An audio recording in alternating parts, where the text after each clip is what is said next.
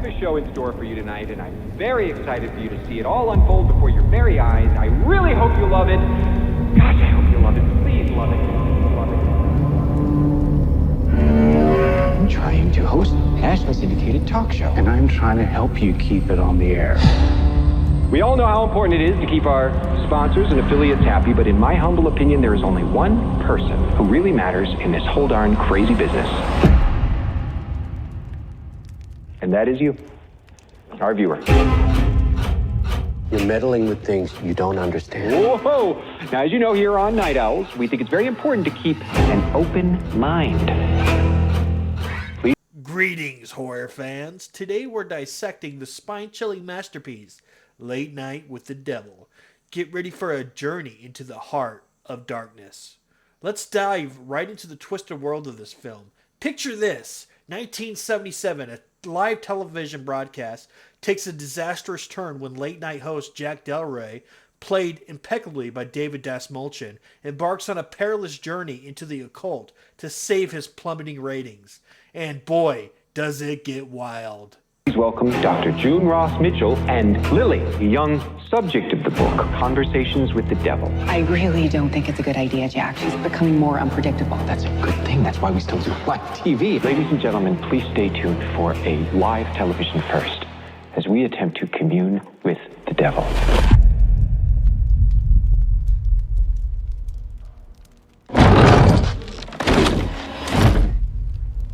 Lily, can you hear me?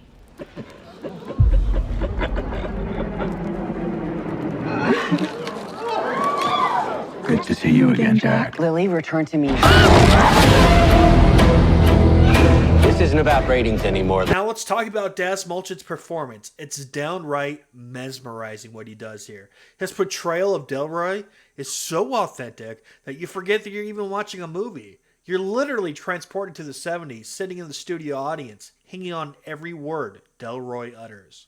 It is fantastic. Here's Mr. Midnight, Jack Delroy! Oh, good evening, Night Owls, and thank you for allowing me into your living rooms once again. The late night show Night Owls is on its final episode if ratings don't improve. The episode is a Halloween special. The television episode comprises of 3 distinct acts. The initial and first act, there's a medium, a man who could speak to the dead. His performance initially appears to be lacking in authenticity, prompting speculation regarding their ability to communicate with the deceased.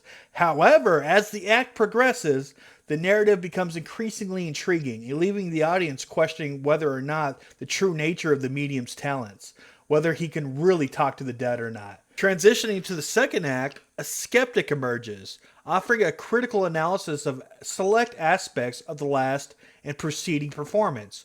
While acknowledging some potential shortcomings, not all elements are debunked, however, fostering an atmosphere of uncertainty and anticipation. So you sit there and you wonder, wait, maybe he's full of shit. Maybe, just maybe, there really is some supernatural shit going on here. Especially when the third act happens, where they bring on a possessed girl who can communicate with the devil, which hence the name of the movie, Late Night with the Devil. So, the entire movie climaxes to that scene, but everything leading up to it is just spectacular too. But I just want you to know that when that occurs, you're sitting there wondering, is this real? Is this fake? Because that skeptic made some good points. He's just so confident that nothing supernatural is occurring throughout the entire length of the film.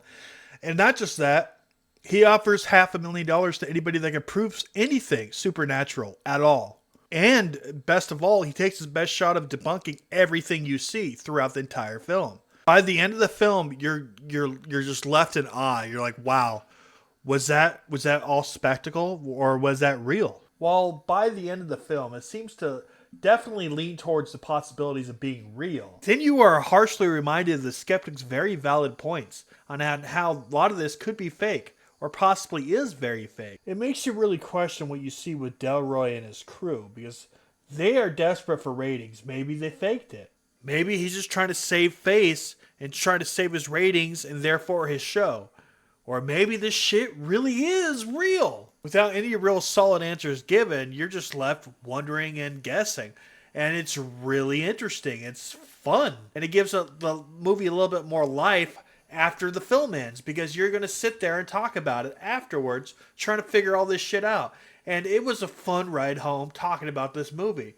Me and my son rated a 10 out of 10. We loved every aspect of this movie. Every part of this film, we feel it was pristine and perfect. And the 70s retro aspect where you're watching and you're sitting there as an audience member viewing the last episode of The Night Owls, those elements make this film feel original and unique. Nothing like anything else in the genre. Cementing it as an original cult classic, at least in my eyes. In terms of possession movies, Late Night with the Devil stands out as a true gem. And also, an instant classic. It's reminiscent of classics like The Exorcist, but with a unique twist and sets it apart from the rest. It's the best possession film I've ever seen since Evil Dead 2. And I saw that 20 years ago. And that's my favorite movie of all time. So that's saying a lot. I got the Evil Dead 2 poster tattooed on my freaking arm. So that tells you how much I love this film. It's the best possession movie I've seen since that film. So that's a big freaking deal, at least in my eyes. I loved it. I hope you go and see it in theaters, hopefully. And hopefully you enjoyed it as much as I did. I don't want to overblow the film, make it sound better than it is, but I quite enjoyed it, and I think you might too. Thank you for watching. I'll catch you on the next episode.